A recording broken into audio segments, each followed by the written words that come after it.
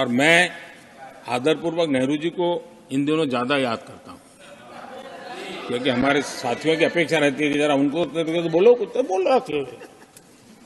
अब देखिए, एक बार नेहरू जी ने एक चिट्ठी लिखी थी और ये चिट्ठी मुख्यमंत्रियों को लिखी थी। मैं उसका अनुवाद पढ़ रहा हूं। उन्होंने लिखा था, ये देश के प्रधानमंत्री पंडित नेहरू जी द्वारा उस समय के देश के मुख्यमंत्रियों को लिखी गई चिट्ठी है, ऑन रिकॉर्ड है। मैं अनुवाद पढ़ता हूं।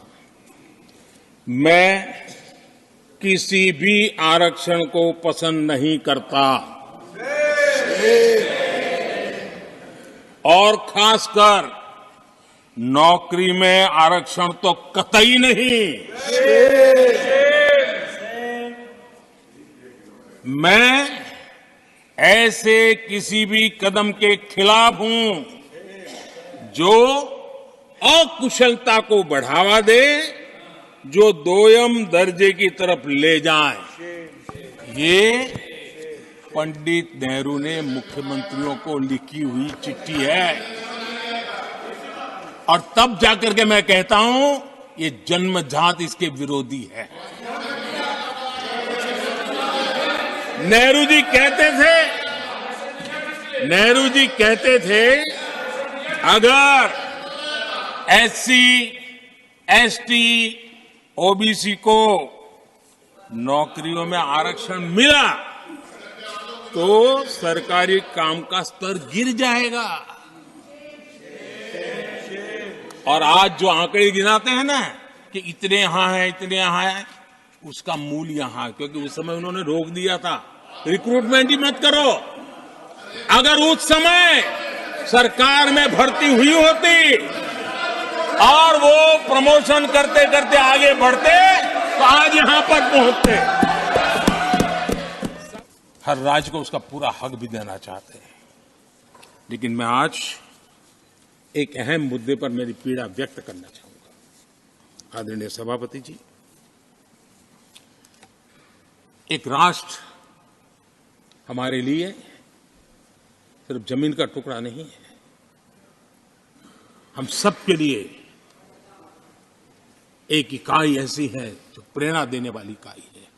जैसे शरीर होता है, शरीर में जैसे अंगांगी भाव होता है, अगर पैर में कांटा लगे तो पैर ये नहीं कहता है, हाथ कभी नहीं सोचता है कि मुझे क्या, पैर को कांटा लगा है, पैर पैर का काम करेगा।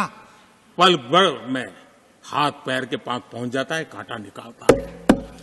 कांटा पैर को लगता है, आंख ये नहीं कहती कि आंसू मैं क्यों बहाऊं, आंसू आंख से निकलते हैं। हिंदुस्तान के किसी भी कोने में दर्द हो तो पीड़ा सबको होनी चाहिए। अगर देश का एक कोना, अगर शरीर का एक अंग अगर काम नहीं करता है तो पूरा शरीर अपंग माना जाता है। शरीर जिस प्रकार से, अगर देश का भी कोई कोना, देश का कोई क्षेत्र विकास से वंचित रह जाएगा तो देश विकसित नहीं हो सकता है।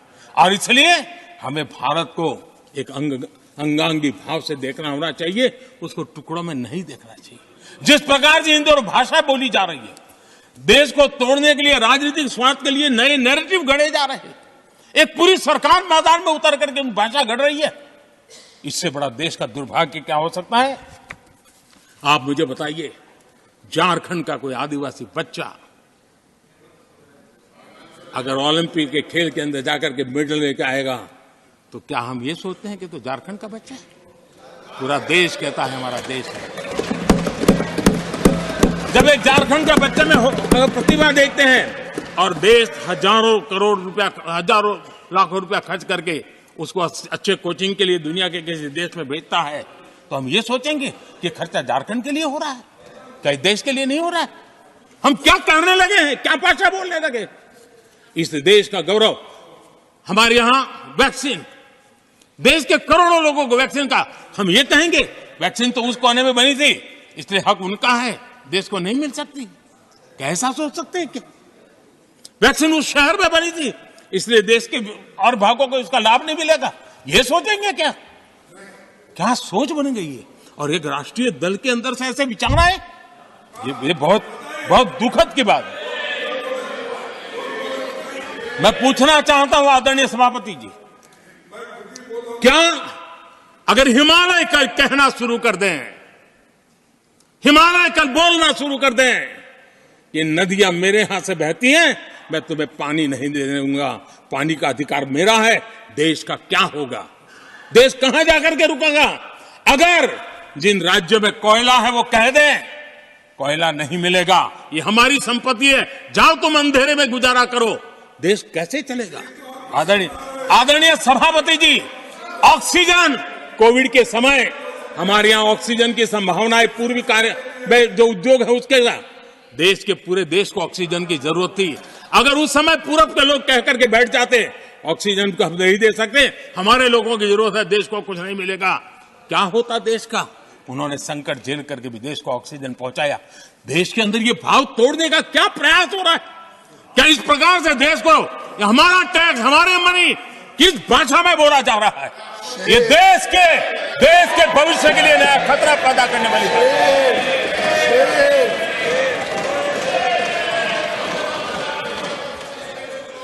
देश को तोड़ने के लिए नए नए नैरेटिव खोजना बंद कर दीजिए। देश को आगे बढ़ना है, देश को एक साथ लेकर के चलने का प्रयास कीजिए। आदरणीय सभापति जी, हमको बहुत सुनाया गया है और हमने सुना है, लोकतंत्र में आपका कहने का अधिकार है और हमारी सुनने की जिम्मेवारी है। और आज जो भी बातें हुई हैं उसको मुझे देश के सामने रखनी चाहिए और इसलिए मैं प्रयास करूंगा। आदरणीय सभापति जी, ये जब सुनता हूं, उधर भी सुना इधर भी सुना, मेरा विश्वास पक्का हो गया है कि ये पार्टी सोच से भी आउटडेटेड हो गई है।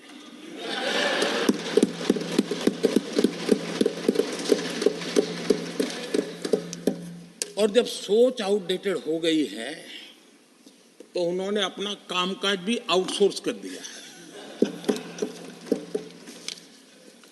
देखते ही देखते इतना बड़ा दल, इतने दशकों पर तक देश पर राज करने वाला दल, ऐसा पतन, ऐसी गिरावट, हमें खुशी नहीं हो रही है। हमारी आपके प्रति संवेदनाएं हैं, लेकिन डॉक्टर क्या करेगा जी? पेशेंट खुद, आगे क्या बोलूं?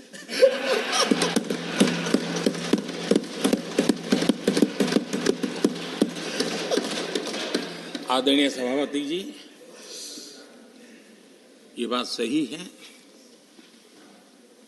कि आज बहुत बड़ी बड़ी बातें होती हैं, सुनने की ताकत भी खो चुके हैं।